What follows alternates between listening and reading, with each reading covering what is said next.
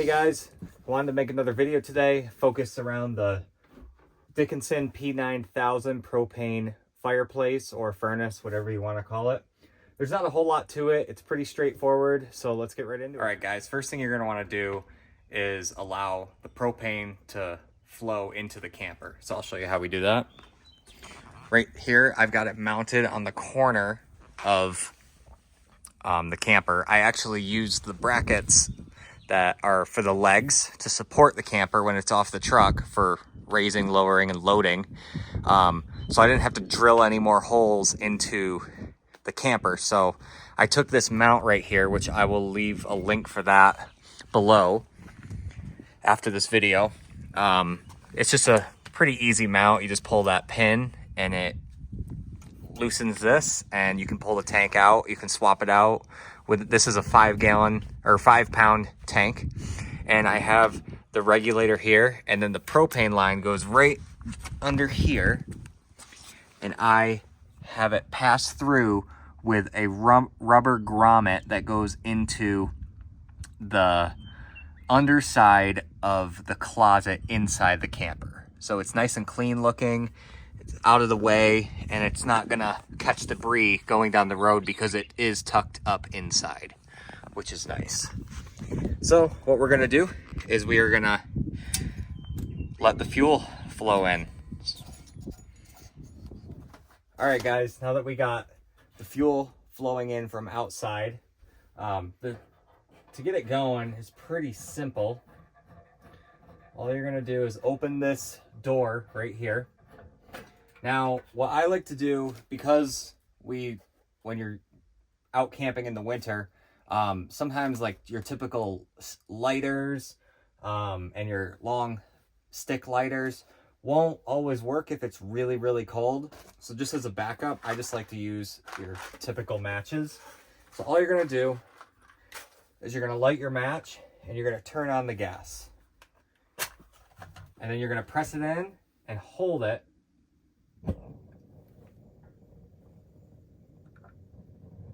And you're gonna hold it for about 10 to 15 seconds. And then you're gonna slowly close the door. What you're doing is you're allowing the air through the flue to get nice and warm so the flame doesn't go out if you close it and it loses all that oxygen. All right, so we're gonna go ahead and close that.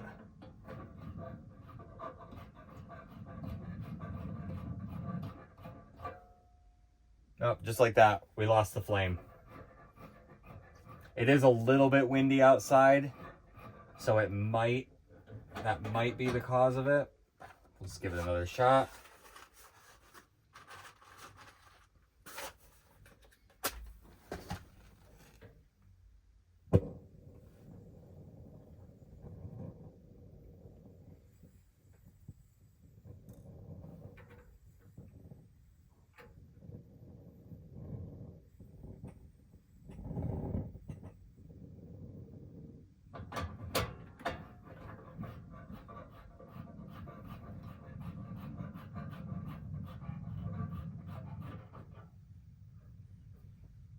All right, now we're gonna slowly let off the gas, and we are lit. And now if you slow press this in just a little bit, you can turn the gas up all the way to high. And now we're gonna turn on our battery down here. We're gonna flip on this switch right here, which is the fan. Was already on high from before, but now you have a low setting and you have a high setting. And I don't know if you can hear that, but you can hear that fan. It's already starting to blow some pretty warm air. It's not super hot yet because obviously we just fired it up, and it is a little colder in here. It did get down to, it looks like 30 degrees today inside the camper before we came on in. Now we're gonna let that heat up a minute, and I'll talk to you a little bit about this. So as you can see, I have it mounted pretty high. My biggest fear is, because we have kids, this thing does get a little bit warm, so we didn't want to mount it lower and have the kids potentially burn themselves if they were to touch this, because I believe this area of the flue is what gets the hottest. However, the kids really haven't shown any interest in wanting to touch this. The only reason I say that is if you are to buy one of these yourselves, I would recommend mounting it a little bit lower. When the bed is pulled out all the way, it pulls out to about here, and the furnace is not super close to the edge of the bed where I sleep. It gets warm, but it's not enough for me to worry about it catching on fire. However, it does trap a lot of heat up in the bed, which is not such a big deal. But because we do have kids sleeping down below, I would recommend, if you're in a similar situation to us, if you are gonna buy one of these, and I will leave a link in the description below where I picked this guy up, I would recommend mounting it a little bit lower, so you could potentially, if you are going to mount it here, we had one other option where we were thinking of mounting it, and that was on the back wall. We would have had to figure out a way to brace it with, there's a beam here and there's a beam here. You would probably just have to run a couple pieces of metal across to mount this thing. It is about, I'd want to say about 20 pounds. So you're not going to want to mount it just to the back wall, because that's, you're just grabbing the insulation. So you could mount it here, but go lower, because when you do get this furnace, it ships with the flue. It's about, I'd say I probably trimmed about a foot off of the pipe that you see. If I had done that, it would have brought it down to about here, and it probably would not have been an issue for us. It would have heated the lower parts of the camper a lot better. However, I did come up with a solution. That's what I'll show you right here. And it's gotten a lot hotter blowing that air out here. But as you can see, this is where about the bed sits. That fan is blowing all that hot air up into the bed. So what I did, I got this metal USB powered fan here, and I accidentally figured out that this fits right in here. And then if you were to turn that on, plug this in, flip it on,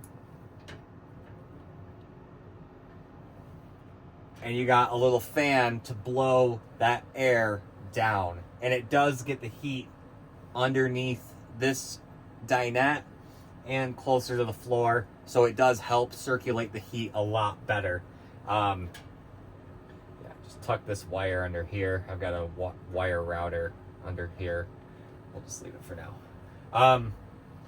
But yeah, so that's my only thing is if I could go back and redo it, I probably would not have cut the pipe as much as I did, if at all.